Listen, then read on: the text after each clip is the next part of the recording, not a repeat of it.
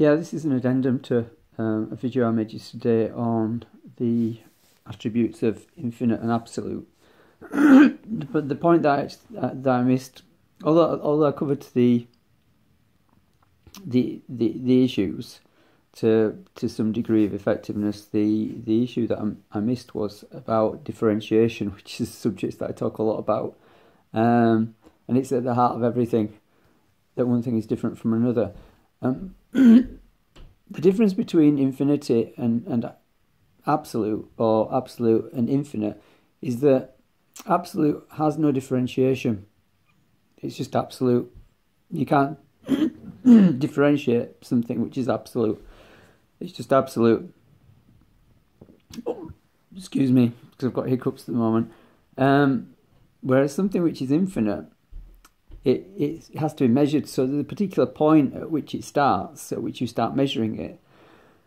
And then there's a point at which you decide that it's infinite. Yeah, so it's a very screwy concept. So by virtue of the very fact that you have to measure it and start at one point, already it's saying that it's finite, it's not infinite, it's not never ending. That's what people mean when they say infinite.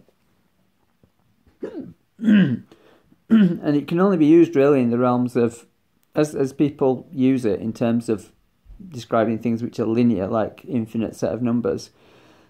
It can only be used in an imaginary sense, in other words, in your own head, and it's just used for convenience's sake to not have to keep adding and adding and adding numbers or lengths to things. You can just use it theoretically, and it makes things nice and neat and they work. But in reality, the only thing which is infinite in the sense that people mean, or try to mean, the average person on the street that's not a mathematician, is that something is absolute.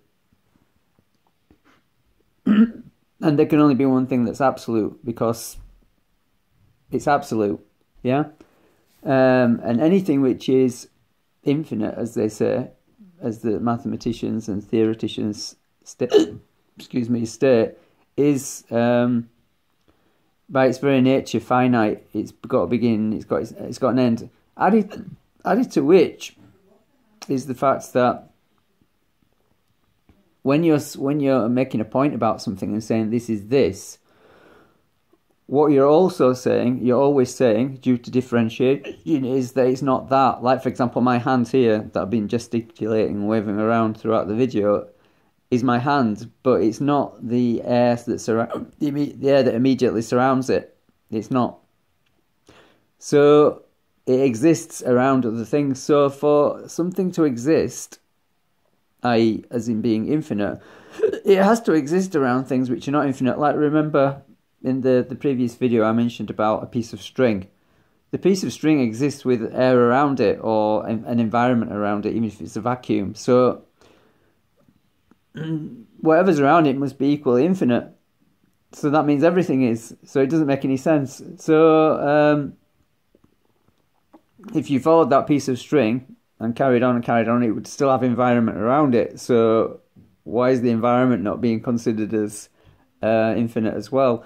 You know, i.e. never ending. So it's fallacious. It's a fallacy. This concept, yeah, in the sense that it's used by people like mathematicians, etc.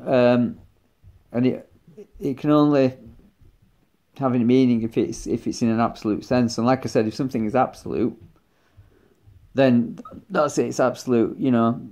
And there can only be one thing that's absolute, and we all know what that is. So yeah, just a clarification that the point about differentiation, which was the most important point of the should have been the most important point of the previous video, I